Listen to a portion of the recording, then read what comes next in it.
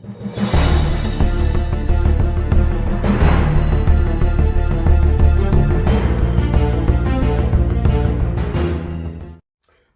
afternoon, Keepers of the Cash. Gary B, the Casual Comic Guy here. And today, guys, we're here to talk about a Kickstarter project from Justin Koch called S.W.A.T. Now, what S.W.A.T stands for is Secret Wizard Assault Team. And yes, I wrote it down because I didn't want to say it wrong. So this is a script I accepted from him last month, but with C3 coming up, and with me making a few changes in my personal life, mainly looking and securing a new job to leave a job that wasn't working out. I've been rather busy, especially being a single dad and just holding down a couple different things. So I read this, didn't have time to review it, went back just recently, read it again, reached out to Justin, let him know that it was going to come out after C3, and I'm here to talk about it now. I don't tend to dip my feet a lot into the Kickstarter Indiegogo realm. I've had a few projects that I just didn't think were up to snuff for me to recommend to my readers. Luckily, this one's different, and this came to me from a recommendation from K-Pop Junki. So I already knew it was something I was probably going to like. I trust Katie, and I read Justin's script for both of the projects. We're going to talk about one of those projects today. And of course, again, the aforementioned S.W.A.T, Secret Wizard Assault Team. And this book opens up in 1999, and I'm going to show you the pictures that he released to me to share with you. And with Mirrodin Wizarding School, and you have a Merlin type character fighting a Morgan Le Fay, and you have a young student there named Larry, which saves the day and prevents an ongoing massacre that had happened with Morgana Le Fay and her cronies, the people that support her and her cult that follow her. So there was a lot of casualties, turned the world upside down, and then we cut to 2022, where he is a detective on the S.W.A.T, the Secret Wizard Assault Team. He leads his own team of wizards, and what they do is they kind of set it up with like a SVU vibe when you're introducing it, and there is a lot of humor in this. The humor is in juxtaposition with a lot of seriousness because it's a serious tale as well. Although the humor is heavily sprinkled in there, it doesn't really feel out of place. It fits, and it kind of breaks up the tension of what's going on. And there's only so much I'm going to share because I don't want to spoil it. I got to read the full script, so thank you for that, Justin. Appreciate it. But so in 1999, this young student stopped this massacre that was happening and saved a bunch of lives. Nothing he could do about those students that were already killed. We shoot all the way up to 2022, and he is now on a S.W.A.T team, Secret Wizard Assault Force. Assault team, and he's got his own team. He's meeting with his director Gert, and it's tension, and you feel it right away between these two characters. They don't like each other. Gert thinks he's useless, and he doesn't really respect Larry or the team at all. Doesn't think they're needed. There's budget cuts coming. He's telling Larry that he's got to cut a part of his team. And Larry's not liking it. Larry doesn't really respect Gert at all. And so you have this already tension there. Larry is pretty in Gert's face about not liking him and not respecting him. And likewise, Gert to Larry. So you already have the juxtaposition there. These two characters that just don't care for each other. And then the first pages that we shared was just their interactions and letting you get the lay of the land and how this is kind of set in like a kind of a grimy real world setting with some Harry Potter-esque elements, but much more mature than Harry Potter, and a much stronger take on a wizarding world that has consequences and real world ramifications for the characters that are involved. So we got him getting together with his partner Mimi, and they're discussing how they're going to save these people's jobs, not get the budget cuts, and they come up with a scheme. Now, what that scheme is, I don't want to give it away, but it involves dealing with some shady characters that they've already had some dealings with, that they've had some understandings with, and now they're going to have to skirt their way around that and come up with a way to make the department view them as necessary and keep their jobs while not necessarily doing things the proper way. They're very seedy in some of the ways they interact and some of the ways they act, and they're not necessarily the best people, but you do root for them. They drink, they take some drugs, they deal with some shady characters, and they're not blind to the type of people they are.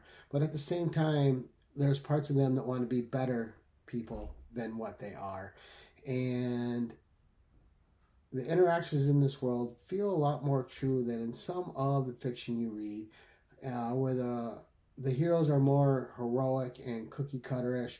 Not so here. You know you're dealing with people that are a little bit slimy, but you're still rooting for them because at the end of the day, they're still trying to do the right thing, and even the wrong things that they're doing are a little bit interplayed in gray areas where it's supposedly feeding the greater good, although you're still allowing harm to be done to others.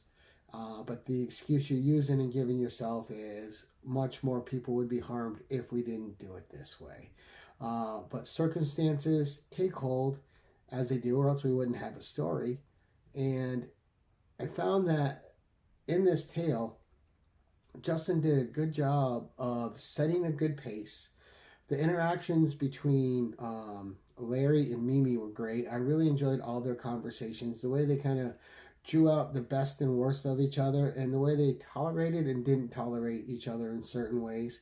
Like a friendship and a kind of an interpersonal rivalry that was earned over the years of just spending so much time together.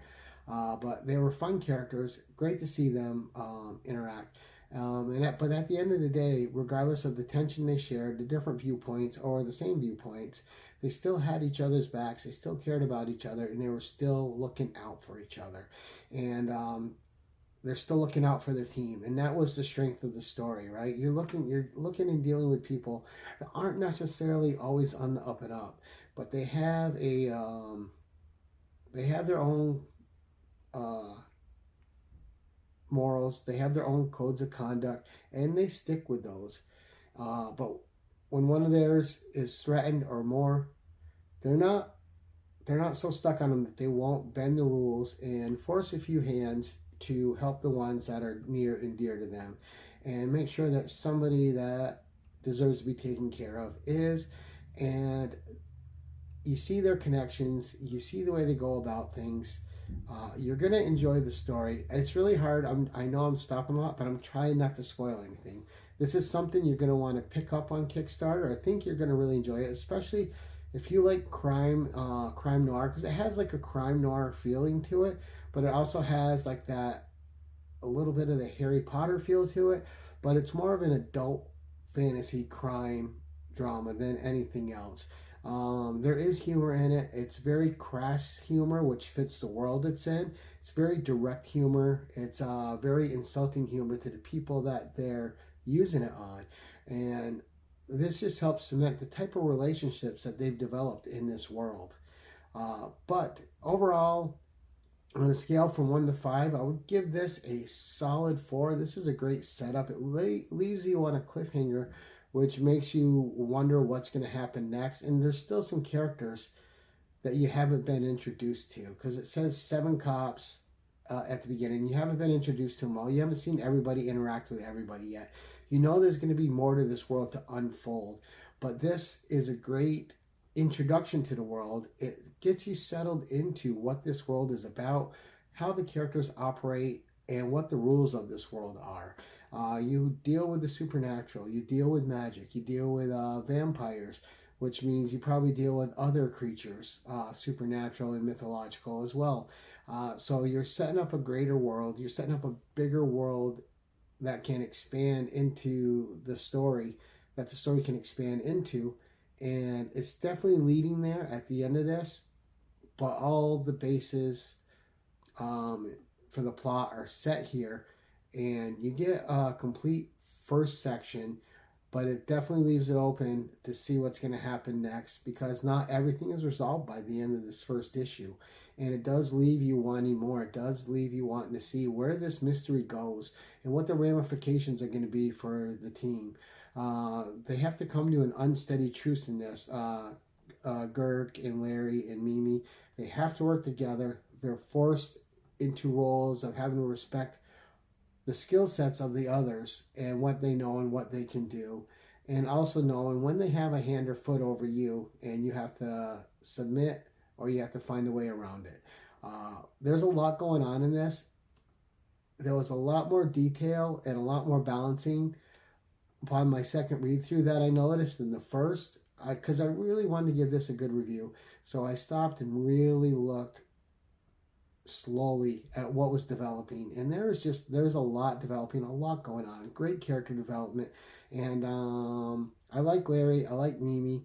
Gurk I don't care for, and I don't think you're supposed to, but at the same time you really don't want to see anything too awful happen to him. He's just your basic asshole boss, and that's it. It doesn't mean he deserves anything bad to happen to him, but you definitely like the interactions. But like I said, on a scale from 1 to 5, I'm going to give this a 4. A great solid start, some good character development. I would have liked to have seen a few more characters introduced, but I understand why they weren't, and it made sense. But when I read 7 at the beginning, I was waiting to get to know more characters. Of course, that's going to come in part 2. It did whet my appetite, so I can't wait to read part 2 and see what happens and how the world expands. But that's it for today, guys. So I'm going to leave Justin's link in the comments below, so you can go to his Instagram and give him a follow. I'm going to leave K-Pop Junki's link in the description below, so you can go check out her interview with him. And that's it for today, guys. So if you like wizardry, if you like crime, if you like fantasy, and you like it all tinged with an adult flavor, this book is for you. That's it for today. Thank you for watching, and keep it casual.